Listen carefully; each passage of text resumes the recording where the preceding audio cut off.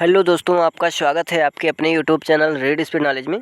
और आज के इस वीडियो में हम देखेंगे सांप्रदायिकता किसे कहते हैं, सांप्रदायिकता के कारण क्या हैं, परिणाम क्या हैं और सांप्रदायिकता को रोकने के उपाय। तो चलिए वीडियो शुरू करते हैं। इससे पहले चैनल पर नए हैं तो चैनल को सब्सक्राइब करिए, बेल आइकन प्रेस करिए ताकि आने वाली वीडियो की हर एक नोटिफिकेशन सबसे पहले आप तक पहुँचे। तो चलिए वीडियो शुरू करते हैं और सबसे पहले देख लेते हैं सांप्रदायिकता किसे कहते हैं। तो जैसा कि पेपर में पूछा जाता है कि सांप्रदायिकता किसे कहते हैं, तो सांप्रदायिकता एक प्रकार की धार्मिक अंधभक्ति है। सांप्रदायिकता क्या है? तो एक प्रकार की धार्मिक अंधभक्ति है। यह वह भावना है जो एक धर्म को दूसरे धर्म से अलग करती है। एक ऐसी भावना है, तो ये ऐसी भावना है कि जो एक धर्म को दूसरे धर्म से अलग करती है। संप्रदायवाद को व्यक्ति की संकीर्णता, कट्टरता और जातिवाद कहकर आसानी से समझा जा सकता है। वास्तव में संप्रदायवाद एक मनोवृत्ति है, एक धारणा है जिसमें विशिष्ट वर्ग के व्यक्ति, यानी जो वर्ग होता है, यानी किसी विशिष्ट वर्ग के व्यक्ति होते हैं, यानी सभी व्यक्ति नहीं होते हैं बल्कि किसी विशिष्ट वर्ग के व्यक्ति होते हैं जो कि अपने सीमित हितों और अधिकारों की रक्षा के लिए, उनके कुछ सीमित हित होते हैं और उनके कुछ अधिकार होते हैं जिसकी रक्षा के लिए वो दूसरे व्यक्तियों के अधिकारों की परवाह नहीं करते हैं, यानी दूसरे व्यक्तियों के अधिकारों का वायलेशन करते हैं, अतिक्रमण करते हैं। संप्रदायवाद धर्म, भाषा और जाति आधारित होता है। यानी संप्रदायवाद किस पर आधारित होता है? तो धर्म पर आधारित होता है। यानी किसी धर्म विशेष के लोग होते हैं, किसी भाषा विशेष के लोग होते हैं, किसी जाति विशेष के लोग होते हैं। यानी सांप्रदायिकता का जो विश्वास है कि हिंदू, मुस्लिम, सिख और ईसाई अलग अलग समुदाय हैं। यानी सांप्रदायिकता का क्या विश्वास है कि जो हिंदू हैं, मुस्लिम हैं, सिख, ईसाई हैं, ये अलग अलग समुदाय हैं और अलग अलग गुटों में बटे होते हैं। यानी सांप्रदायिकता में लिप्त मनुष्य को अपने धर्म की हर बात अच्छी लगती है। यानी जो व्यक्ति सांप्रदायिकता में लिप्त है, संलिप्त है, मानता है सांप्रदायिकता को, वो जो है उसको अपने धर्म की, अपने जाति की, अपने भाषा की जो है हर एक बातें अच्छी लगती हैं। वहीं पर दूसरे धर्म की सभी बातों से वह नफरत करने लगता है। यानी दूसरे धर्म की, यहाँ तक कि वो पवित्रता से भी नफरत करता है कि दूसरे धर्म को मतलब एकदम से वो नकार देता है सिरे से कि इसको हम नहीं मानेंगे। अब आगे देख लेते हैं सांप्रदायिकता के कारण क्या हैं।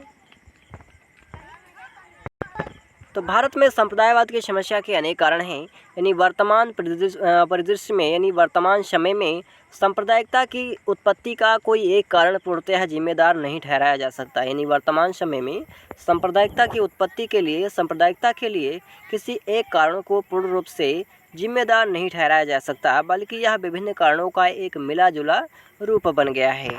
यानी सांप्रदायिकता के लिए जिम्मेदार कुछ महत्वपूर्ण कारण इस प्रकार से हैं, जिसमें पहला है राजनीतिक कारण। पहला क्या है? राजनीतिक कारण। यानी वर्तमान समय में विभिन्न राजनीतिक दलों द्वारा, यानी वर्तमान समय में, आधुनिक समय में विभिन्न राजनीतिक दलों द्वारा अपने राजनीतिक लाभों की पूर्ति के लिए सांप्रदायिकता का सहारा लिया जाता है। यानी वर्तमान समय में क्या है कि विभिन्न राजनीतिक जो दल हैं वो अपनी वोट बैंक के लिए, अपने हित के लिए, ताकि वो जीत सकें, अगली बार वो फिर चुनाव में बाजी मार सकें, इसलिए वो क्या करते हैं? सांप्रदायिकता का सहारा लेते हैं। यानी सांप्रदायिकता में क्या करते हैं? वो अपनी रोटी सेकते हैं। और यह भारत में सांप्रदायिकता को बढ़ावा देने के साथ साथ सांप्रदायिक हिंसा की तीव्रता को और अधिक ये बढ़ा देते हैं। क्या करते हैं? और अधिक ये बढ़ा देते हैं, यानी उसमें संलिप्त हो जाते हैं। अगला कारण है आर्थिक कारण। विकास का असमान स्तर। यानी कुछ व्यक्तियों का विकास अधिक होता है, कुछ व्यक्तियों यानी कुछ जाति वालों का या कुछ धर्म विशेष वालों का जो है विकास स्तर कम होता है। वह जिससे क्या होता है? वर्ग विभाजन, गरीबी और बेरोजगारी आदि कारक हैं। यानी सामान्य लोगों में असुरक्षा का भाव उत्पन्न करते हैं। ये क्या करते हैं? जो सामान्य लोग होते हैं उनमें असुरक्षा का भाव उत्पन्न करते हैं कि देखो फला जाति के लोग यहाँ पहुँच गए, वहाँ पहुँच गए, या फला लोग वहाँ पहुँच गए।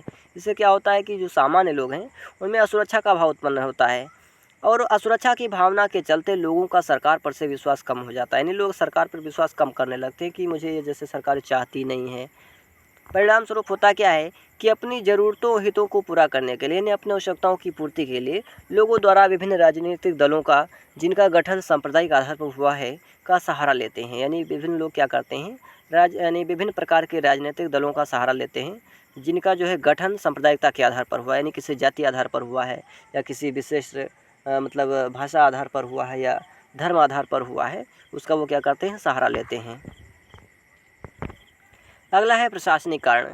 पुलिस एवं अन्य प्रशासनिक इकाइयों के बीच समन्वय की कमी होती है।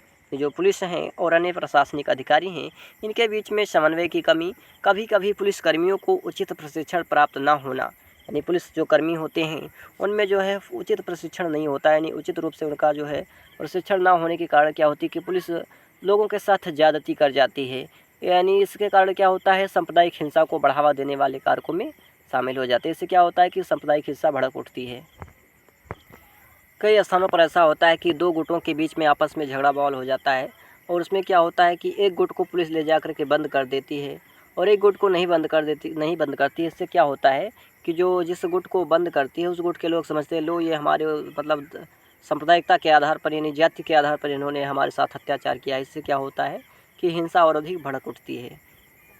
अगला कारण है मीडिया संबंधी कारण यानी मीडिया द्वारा अक्सर सनसनीखेज आरोप लगाना। यानी मीडिया द्वारा क्या होता है कि अक्सर सनसनीखेज आरोप लगाना, अफवाहों को समाचार के रूप में प्रसारित करना। यानी कोई भी अफवाह है उसको तुरंत ही समाचार के रूप में प्रसारित कर देना, जिससे लोगों में उसकी भावना भड़क उठती है कि ये तो लो सांप्रदायिकता के आधार पर, यानी जाति के आधार पर इसके साथ ये हुआ या धर्म के आधार पर इसके साथ गलत हुआ, ऐसा नहीं होना चाहिए।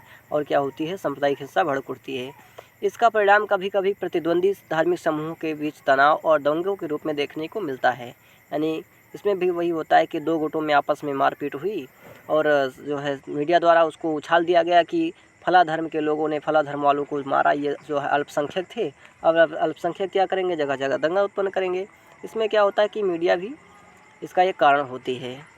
वहीं सोशल मीडिया, यानी आज के ज़माने में तो सोशल मीडिया ही सब कुछ है। यानी सोशल मीडिया भी देश के किसी भी हिस्से में सामुदायिक तनाव या दंगों से संबंधित संदेश को फैलाने का एक सशक्त माध्यम बन गया है। यानी देश के किसी भी कोने में कोई दंगा हुआ तो उसको उठा करके देश के पूरे कोने कोने में सोशल मीडिया के माध्यम से पहुंचा दिया जाता है, जिससे क्या होता है, सांप्रदायिक हिंसा भड़क उठती है। अगला कारण है सामाजिक मान्यताएं। यानी विभिन्न संप्रदायवादी धार्मिक मान्यताएं एक दूसरे से भिन्न हैं। यानी विभिन्न प्रकार के जो संप्रदायवादी धार्मिक मान्यताएं हैं एक दूसरे से भिन्न हैं, जो परस्पर दूरी का कारण बनती हैं। जैसे छुआछूत व ऊंच नीच की भावना संप्रदायवाद को फैलाती है। यानी छुआछूत की भावना, ऊंच नीच की भावना क्या करती है, संप्रदायवाद को फैलाती है। और अब आगे देख लेते हैं सांप्रदायिकता का परिणाम क्या है। तो देश में बार बार होने वाली सांप्रदायिक हिंसा, यानी देश में बार बार होने वाली सांप्रदायिक हिंसा धर्मनिरपेक्षता और धार्मिक सहिष्णुता को बढ़ावा देने वाले संवैधानिक मूल्यों पर प्रश्न चिन्ह लगता है। यानी बार बार देश में क्या होता है कि सांप्रदायिक हिंसा होती है, तो इससे क्या होता है कि धर्मनिरपेक्षता और धार्मिक सहिष्णुता को बढ़ावा देने वाले जो संविधान में उसके प्रस्तावना में कहा गया है धर्मनिरपेक्षता और धार्मिक सहिष्णुता, इसमें क्या होता है कि इस पर प्रश्न चिन्ह लग जाता है कि ये ऐसा कैसे हो सकता है जब धर्मनिरपेक्ष है राज्य। यानी राज्य क्या है, जब धर्मनिरपेक्षता यानी धर्मनिरपेक्षता की बात करता है, धार्मिक सहिष्णुता की बात करता है, तो किसी धर्म के आधार पर किसी व्यक्ति को अधिक और किसी व्यक्ति को कम क्यों आंका गया। यानी इस आधार पर क्या होता है कि संविधान पर प्रश्न चिन्ह लगने लगता है। सांप्रदायिक हिंसा में पीड़ित परिवारों को इसका सबसे अधिक खामियाजा भुगतना पड़ता है। यानी सांप्रदायिक हिंसा यदि होती है तो उसमें जो परिवार पीड़ित होता है उसको अधिक खामियाजा भुगतना पड़ता है। उन्हें अपना घर, प्रियजन, यहाँ तक कि जीविका के साधनों से भी हाथ धोना पड़ता है। यानी कहीं भी यदि सांप्रदायिक हिंसा होती है तो उसमें जो परिवार पीड़ित होते हैं उनको सबसे अधिक दिक्कत होती है। क्यों होती है? क्योंकि अक्सर होता है कि उनको जो है सांप्रदायिक जो हिंसा होता है उसमें जो दूसरे गुट होते हैं, दूसरे पक्ष वाले होते हैं, उनके डर से अपना घर बार छोड़ना पड़ता है। यहाँ तक कि अपने जो सगे संबंधी होते हैं, नातेदार रिश्तेदार होते हैं, उनको भी छोड़ करके उन्हें भागना पड़ता है। यहाँ तक कि उनको जो आजीविका का साधन है, यानी उनके जो कार्य हैं या कोई उनका निजी उद्योग वगैरह है, उसको भी उनको छोड़ करके भागना पड़ता है।